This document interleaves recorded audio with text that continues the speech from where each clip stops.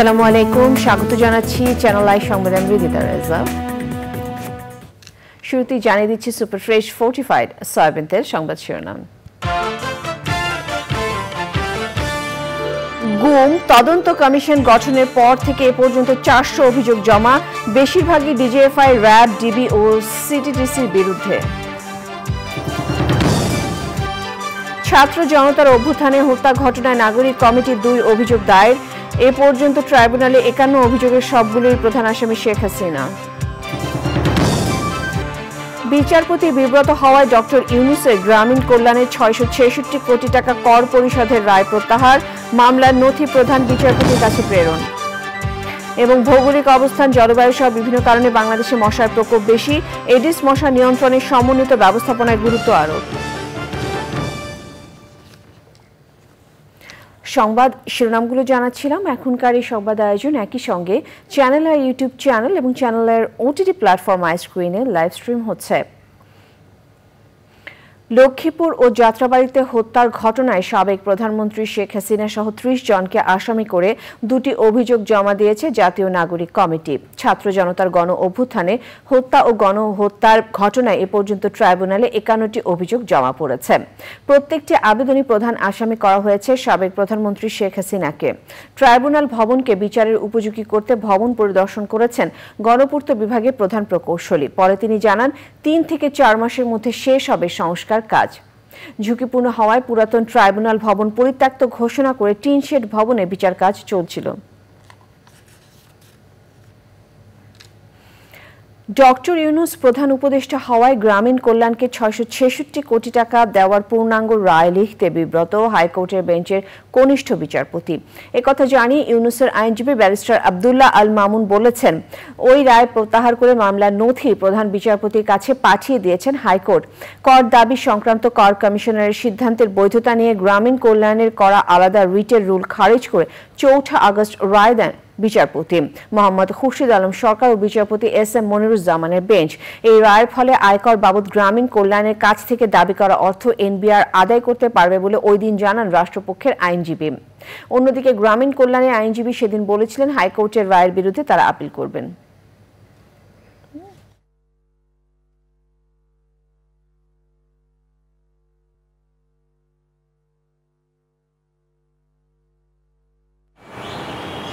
Chargesheet আমরা তার বিরুদ্ধে অভিযোগের চার্জশিট বাতিলের জন্য কোর্টে প্রার্থনা দিলাম। কোর্ট সেটা রিজেক্ট করে চার্জ গঠন করে তার বিপক্ষে আমরা হাইকোর্টে আসলাম। হাইকোর্টে মাননীয় বিচারপতি জনাব নজরুল ইসলাম তালুকদার সাহেব এই মামলার রুল পর্যন্ত দিলেন না। দীর্ঘ হিয়ারিংয়ের পর, যেখানে সমস্ত একটা সাধারণ মামলার রুল হয়, রুলও দিলেন না। উনি না দিয়ে মামলাটা খারিজ করে দিলেন, দিয়ে নিম্ন আদালতকে নির্দেশ দিলেন 1 বছরের মধ্যে মামলাটা নিষ্পত্তি করার জন্য। তারপরে এই মামলা সেখান থেকে আপনার উইথড্রয়াল হয়ে যায়। তাহলে কি দেখাচ্ছে যে ডক্টর ইউনূস সাহেব প্রধান উপদেষ্টা হয়েছেন, সেই কারণে মামলাটা উইথড্র হয়েছে। আমরা মহামান্য সুপ্রিম কোর্টে আপিল বিভাগে আমরা আপিল করেছি। সুপ্রিম কোর্টও আমাদের একই প্রশ্ন তুলেছেন যে মামলা তো এখন জীবিত নাই, মামলা তো উইথড্র হয়ে গেছে, তাহলে আমরা কিভাবে করব? আমরা বললাম না, মামলাটা উইথড্র হয়, আইনত উইথড্র হয় না। কারণ যেই প্রক্রিয়ায় মামলাটা উইথড্র করা হয়েছে এখানে আইনগত কোনো প্রক্রিয়া অনুসরণ করা হয় না, না করে এমনভাবে একটা রাজনৈতিক প্রক্রিয়ার মধ্য দিয়ে আদেশে যেভাবে রাজনৈতিক মামলাগুলি উইথড্র করা হয় সেভাবে উইথড্র করা হয়। গঠনের পর থেকে 13 দিনে 400 অভিযোগ পাওয়া গেছে বলে জানিয়েছে গুম সংক্রান্ত কমিশন।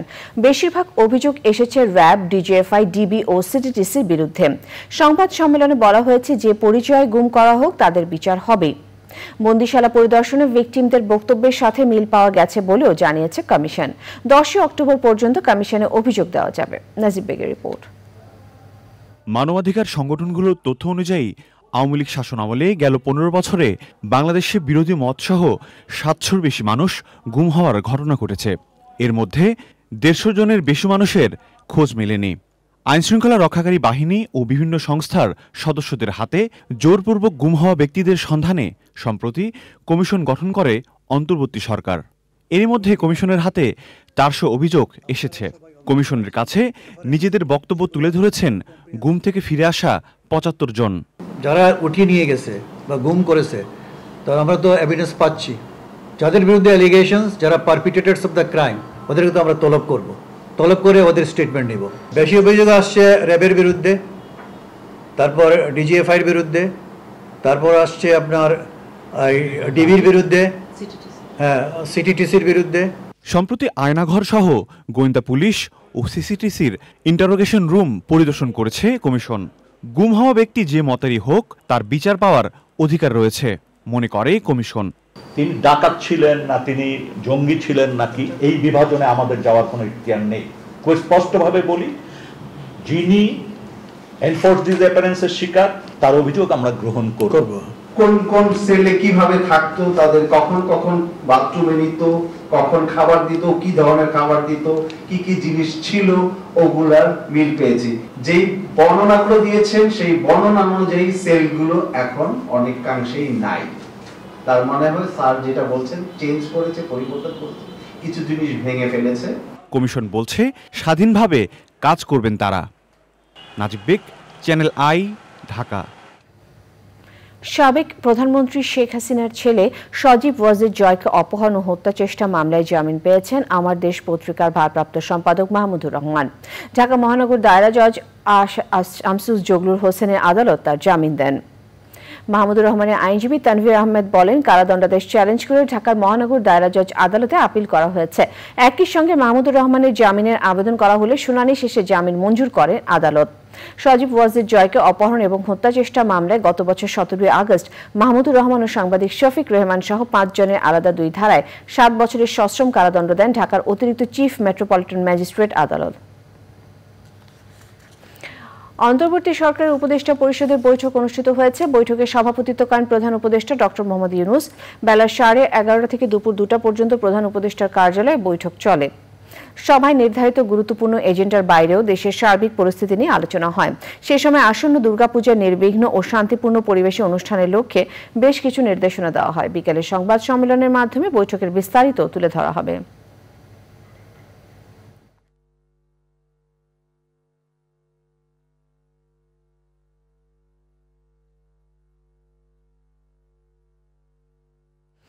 গণতন্ত্রের ধারা ব্যাহত না করে রাষ্ট্রের বিভিন্ন খাতের সংস্কার চায় বিএনপি।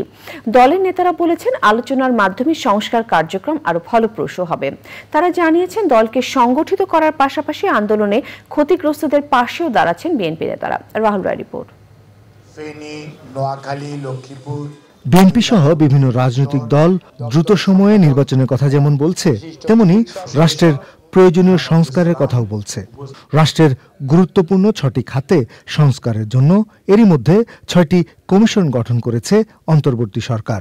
বিএনপি নেতারা বলছেন, সঠিক পরিকল্পনা থাকলে সংস্কারে খুব বেশি সময় লাগবে না। রাজনৈতিক দলের সাথে আলাপ আলোচনার মধ্যে দিয়ে তাদের সংস্কার এবং রাজনৈতিক দলের বক্তব্যের একটা সমন্বয় হলে পরে ওটা যথার্থ সংস্কার হবে। এবং আমরা আবার মনে করি যে মানে বাংলাদেশে আর কখনোই যাতে গণতান্ত্রিক ধারা কোনোভাবেই বিচ্ছিন্ন না হয় এবং এই ধারাবাহিকতা যাতে অক্ষুণ্ণ থাকে এবং কোনো কর্তৃত্ববাদের যাতে আবার উত্থান না ঘটে, সেই ধরনের পদক্ষেপগুলো, আইনগুলো তো হওয়া দরকার ওই সংস্কারের মধ্যে। পুলিশ প্রশাসন আছে, বিচারালয় আছে, তারপর আমার নির্বাচন কমিশন আছে। এই সব প্রতিষ্ঠান তো আপনি একবারই শুরু করতে পারেন, কারণ প্রত্যেকটা পার্টি কিন্তু আমার অ্যাডভাইজার আছে, আমার টিম আছে, তাই না? তো এমন না যে আমি একটা শেষ করে একটা ধরবো। তাহলে সবগুলো ডিপার্টমেন্ট যদি একসাথে কাজ শুরু করে সাইমালটেনিয়াসলি, তাহলে কি হবে, তার একটা টাইম ফ্রেম হবে, এতদিনের ভিতরে এটা শেষ করতে পারবো। মাইক্রো কন্ট্রোলিংয়ে এটাকে ব্রেকডাউন নিয়ে আসেন, তাহলে আপনি বুঝতে পারবেন যে সময়টা 1.5 মাস 1.5 বছর দরকার না 1 বছর দরকার। রাজধানীতে নানা কর্মসূচির পাশাপাশি জেলা ও থানাভিত্তিক সমাবেশ করছে বিএনপি। সমাবেশগুলোতে ভার্চুয়ালি যুক্ত হচ্ছেন বিএনপির ভারপ্রাপ্ত চেয়ারম্যান তারেক রহমান। দলের নেতারা জানালেন, ক্ষতিগ্রস্তদের পাশে দাঁড়িয়ে সংগঠনকে শক্তিশালী করার কাজ চলছে। এই আন্দোলনে প্রায় 14-15 শুধু রিক্সাওয়ালাই মারা গেছে বিএনপি সমর্থিত।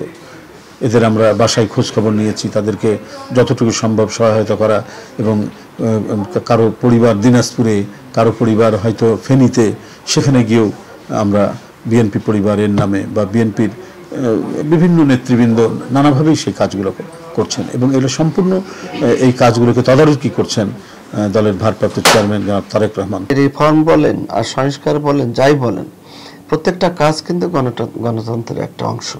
সেই অংশগুলো কিন্তু বিল্ড আপ হচ্ছে, আস্তে আস্তে বিল্ড আপ হচ্ছে এবং এই বিল্ড আপের ভিতরে আমাদের সংশ্লিষ্টতা আছে, আমাদের সহযোগিতা আছে। আমরা তৃণমূল পর্যায় থেকে শুরু করে কেন্দ্র পর্যন্ত আমাদের সংগঠনকে শক্তিশালী করার জন্য যে যে স্টেপ নেওয়া দরকার সেগুলো আমরা নিচ্ছি। বিএনপি নেতারা বলেছেন দলকে সুসংগঠিত করতে শৃঙ্খলাকে বিশেষ গুরুত্ব দেওয়া হচ্ছে। রাহুল রায়, চ্যানেল আই, ঢাকা। আশুলিয়ার শিল্পাঞ্চলে কঠোর নিরাপত্তার মধ্য দিয়ে শান্তিপূর্ণভাবে কাজে যোগ দিয়েছেন শ্রমিকরা। বন্ধ থাকা বেশ কয়েকটি কারখানা আজ খুলে দিয়েছে কর্তৃপক্ষ। এতে ওসব কারখানার শ্রমিকরাও শান্তিপূর্ণভাবে কাজে যোগদান করেছেন। আশুলিয়ার জামগড়া, নরসিংহপুর, নিশ্চিন্তপুর, জিরাবো ও কাঠগড়ার কারখানা পরিস্থিতি স্বাভাবিক। প্রতিটি কারখানার সামনে আইন শৃঙ্খলা রক্ষাকারী বাহিনীর সদস্যরা অবস্থান নিয়েছেন। তবে শ্রম আইনের 13-এর 1 ধারায় এখনো 7টি তৈরি পোশাক কারখানা অনির্দিষ্টকালের জন্য বন্ধ রেখেছে কর্তৃপক্ষ। এছাড়াও কারখানায় প্রবেশ করে অভ্যন্তরীণ বিষয় বনিবনা না হওয়ায় 11টি কারখানার সকালে ছুটি ঘোষণা করেছে মালিক পক্ষ। আশুলিয়া শিল্প পুলিশ 1-এর পুলিশ সুপার সরওয়ার আলম বলেন, কঠোর নিরাপত্তার মধ্য দিয়ে শিল্পাঞ্চলের কারখানাগুলোতে শান্তিপূর্ণভাবে উৎপাদন কার্যক্রম চলছে। চলতি মৌসুমে ডেঙ্গুতে 1 মাসে সর্বোচ্চ 91 জনের প্রাণহানি হয়েছে সেপ্টেম্বরে। কীটতত্ত্ববিদদের আশঙ্কা অক্টোবর মাসেও ডেঙ্গুতে মৃত্যু কমবে না, বরং মশার প্রজনন ঘনত্বের বিবেচনায় হটস্পটগুলো চিহ্নিত করে এডিস মশা নিধন না করলে মৃত্যুর মিছিল ডিসেম্বর পর্যন্ত অব্যাহত থাকবে। জানাতুল বাক্কা কেকার রিপোর্ট। এডিস মশা নিধনে ঢাকা উত্তর সিটি কর্পোরেশনের সাথে চুক্তির আওতায় মশার প্রজনন ঘনত্ব জরিপ পরিচালনা করে জাহাঙ্গীরনগর বিশ্ববিদ্যালয়ের প্রাণীবিদ্যা বিভাগ। গত সপ্তাহে উত্তরা, গুলশান ও বনানীতে এডিস মশার প্রজনন পরিস্থিতির জরিপ হয়েছে। দক্ষিণ সিটির ধানমন্ডি ও যাত্রাবাড়িতেও জরিপ করে গবেষণা টিম। ওই 5 এলাকায় এডিস মশার ব্লুটো ইন্ডেক্স বা প্রজনন ঘনত্বের ন্যূনতম সহনীয় মাত্রা 20-এর কয়েক গুণ বেশি পাওয়া গেছে। আর জুলাইতে করা জরিপে ঢাকার বাইরে চট্টগ্রাম, কক্সবাজার, বরগুনা ও পটুয়াখালীতেও মশার প্রজনন ঘনত্ব বেশি পেয়েছিলেন গবেষকরা। সেপ্টেম্বর এবং অক্টোবরে ডেঙ্গু পরিস্থিতি যে খারাপ আকার ধারণ করবে সেটি জুলাই মাসেই আমি আমার গবেষণা থেকে বলেছি। যখন কোথাও এডিস মশার ঘনত্বের ইন্ডেক্স 20-এর উপরে থাকে তখন ধরে না হয় ওই এলাকাতে এডিস মশাবাহিত রোগ ডেঙ্গু বা চিকুনগুনিয়া হওয়ার সম্ভাবনা আছে। স্বাস্থ্য অধিদপ্তরের পরিসংখ্যান অনুযায়ী বুধবার পর্যন্ত ডেঙ্গুতে আক্রান্ত হয়ে মৃত্যুর শিকার 174 জনের মধ্যে 93 জন ঢাকা দক্ষিণ সিটির, আর 25 জন মারা গেছে উত্তর সিটির বিভিন্ন হাসপাতালে। কীটতত্ত্ববিদদের আশঙ্কা ডেঙ্গুতে প্রাণহানির উচ্চ হার ডিসেম্বর পর্যন্ত অব্যাহত থাকবে। এডিস মশার প্রাপ্ত ঘনত্ব, তাপমাত্রা, আর্দ্রতা, বৃষ্টিপাত এবং ডেঙ্গু রোগীর সংখ্যা এগুলো মিলিয়ে আমরা একটি ফরকাস্টিং মডেল তৈরি করি। সেখানে আমরা দেখতে পাচ্ছি যে অক্টোবর জুড়েই ডেঙ্গুর প্রকোপ থাকবে বেশ ভয়াবহ আকারে। যদি আমরা এটিকে এখনই নিয়ন্ত্রণ করতে না পারি তাহলে বছর জুড়েই ডেঙ্গুর প্রকোপ এবছর থাকবে। তাই এখনই জরুরি ভিত্তিতে হটস্পট ম্যানেজমেন্ট করে ডেঙ্গু রোগী এবং হাসপাতাল যেখানে ডেঙ্গু রোগীর চিকিৎসা হয় সেখানে যদি উড়ন্ত মশা থাকে তাহলে সেই মশাগুলো জ্যামিতিক হারেই ডেঙ্গু রোগ ছড়াবে। সঙ্গে সঙ্গে ব্রিডিং সোর্স ম্যানেজমেন্ট এবং লার্ভাল ম্যানেজমেন্টও করতে হবে। ব্রিডিং সোর্স ম্যানেজমেন্ট করার জন্য জনগণকে সম্পৃক্ত করা অত্যন্ত প্রয়োজনীয়। মশার হটস্পট চিহ্নিত করে নিধন করা না গেলে সারা বছরই ডেঙ্গুতে আক্রান্ত ও মৃত্যুর ঊর্ধ্বমুখী প্রকোপ চক্র থামানো যাবে না বলে কীটতত্ত্ববিদদের আশঙ্কা। জান্নাতুল বাকিয়া কেকা, চ্যানেল আই, ঢাকা। ভৌগোলিক অবস্থান, তাপমাত্রা, আর্দ্রতা ও জলবায়ু সহ বিভিন্ন কারণে বাংলাদেশে মশার প্রকোপ বেশি। বছরের নানান সময় ডেঙ্গু সহ বিভিন্ন মশাবাহিত রোগের প্রাদুর্ভাব দেখা দেয়। সম্প্রতি দেশে ডেঙ্গু জ্বর মহামারীর রূপ ধারণ করেছে। পরিস্থিতির উন্নয়ন ও এডিস মশা নিয়ন্ত্রণে শুধু ঔষধ প্রয়োগই নয়, সমন্বিত মশক ব্যবস্থাপনার মতো বিজ্ঞানসম্মত পদক্ষেপ নিতে হবে। ধ্বংস করতে হবে মশার আবাসস্থল। আফরোজা হাসি প্রতিবেদন। ডেঙ্গু জ্বর এডিস মশাবাহিত ভাইরাসজনিত রোগ। মূলত এডিস ইজিপ্টি প্রজাতির মশা বাংলাদেশে ডেঙ্গু রোগের জন্য দায়ী। জুলাই থেকে অক্টোবর মাস পর্যন্ত এডিস মশার বিস্তার বেশি ঘটে বলে এ সময়ে ডেঙ্গু জ্বরের প্রকোপ দেখা যায়। প্রাপ্তবয়স্ক এডিস মশা দেখতে অন্যান্য প্রজাতির মশার তুলনায় ভিন্ন। দেহে ও পায়ে সাদা কালো দাগ দেখেই সহজেই এডিস মশা চেনা যায়। ডেঙ্গু জ্বরে আক্রান্ত কোনো রোগীর রক্ত পান করা এডিস মশা সুস্থ মানুষকে কামড়ালে ডেঙ্গু রোগ ছড়ায়। সাধারণত কামড়ানোর ৩ থেকে ১৪ দিনের মধ্যে আক্রান্ত ব্যক্তির শরীরে তীব্র জ্বর অনুভূত হয়, সেই সাথে শরীর জুড়ে থাকে প্রচণ্ড ব্যথা। এছাড়া এর প্রভাবে রক্তে প্লাটিলেট বা অনুচক্রিকার সংখ্যাও কমতে থাকে। এমনকি যথাযথ চিকিৎসার অভাবে মৃত্যুও হতে পারে।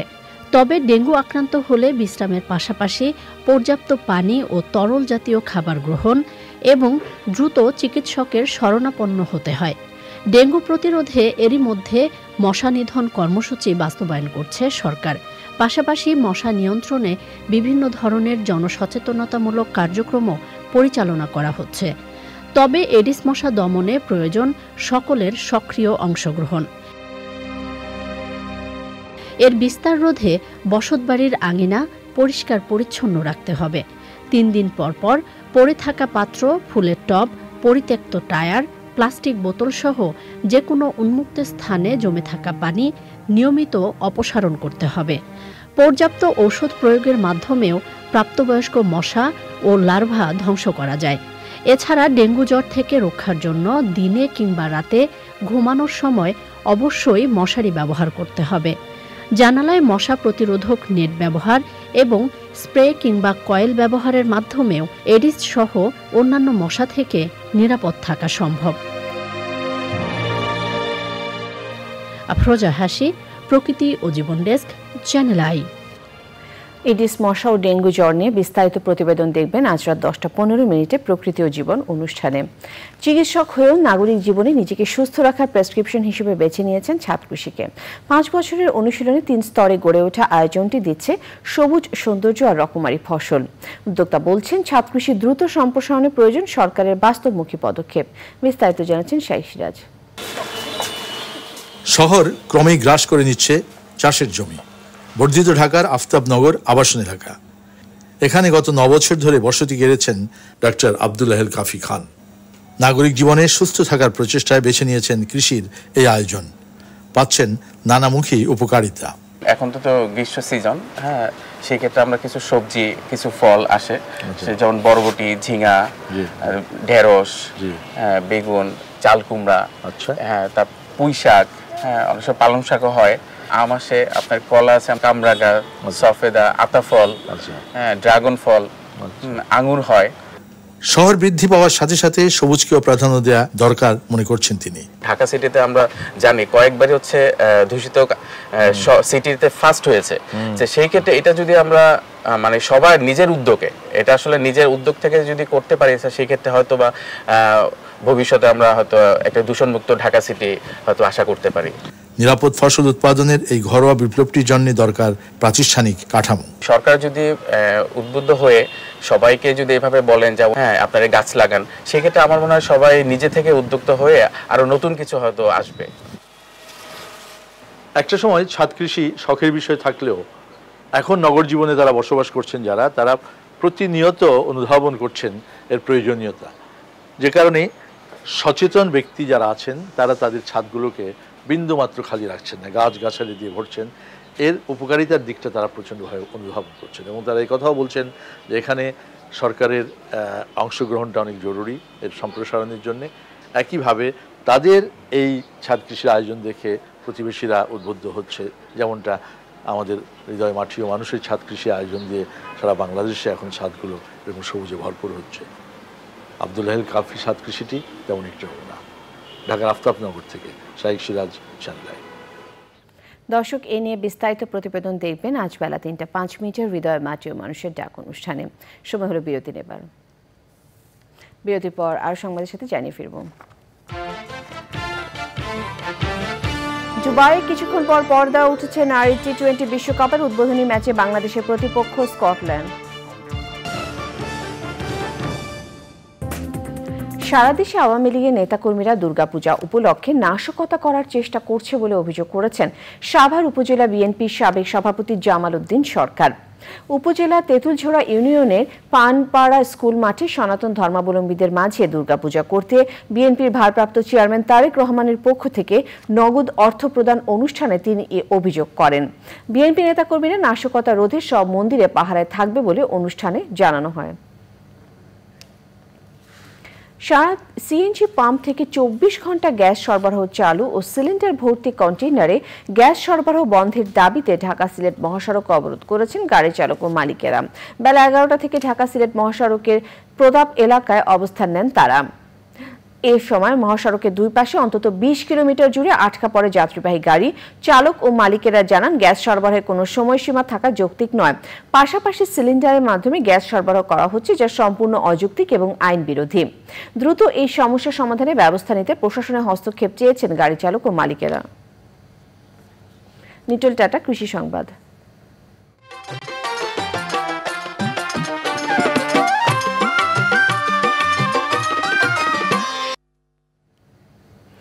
খাগড়াছড়িতে এবছরও মালটার ভালো ফলন হয়েছে। মালটা চাষের লক্ষ্যমাত্রা অর্জিত হলেও বৈশ্বিক আবহাওয়ার কারণে অতিবৃষ্টি ও বন্যায় কিছু চাষি ক্ষতিগ্রস্ত হয়েছে। কৃষকের ক্ষতির পরিমাণ কমিয়ে আনতে চারাসহ বিভিন্ন প্রণোদনা দেওয়ার আশ্বাস দিয়েছে কৃষি সম্প্রসারণ অধিদপ্তর। প্রকৃতি সংবাদ।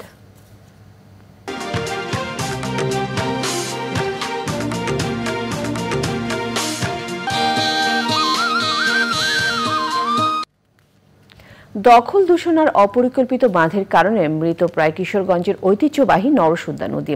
নদী পুনরুদ্ধারে বিভিন্ন সময় প্রকল্প নেওয়া হলেও শতভাগ বাস্তবায়ন যেমন হয়নি তেমনই আসেনি ইতিবাচক ফল। নরসুন্দায় পানি প্রবাহ নিশ্চিত করা সহ নদী কেন্দ্রিক আধুনিক কিশোরগঞ্জ বাস্তবায়নের আহ্বান স্থানীয়দের।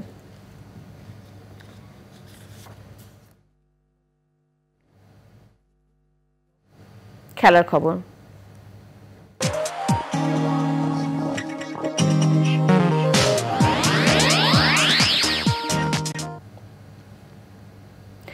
টি20 বিশ্বকাপের নবম আসরে পর্দা উঠছে আজ। উদ্বোধনী ম্যাচে মুখোমুখি হবে বাংলাদেশ ও স্কটল্যান্ড।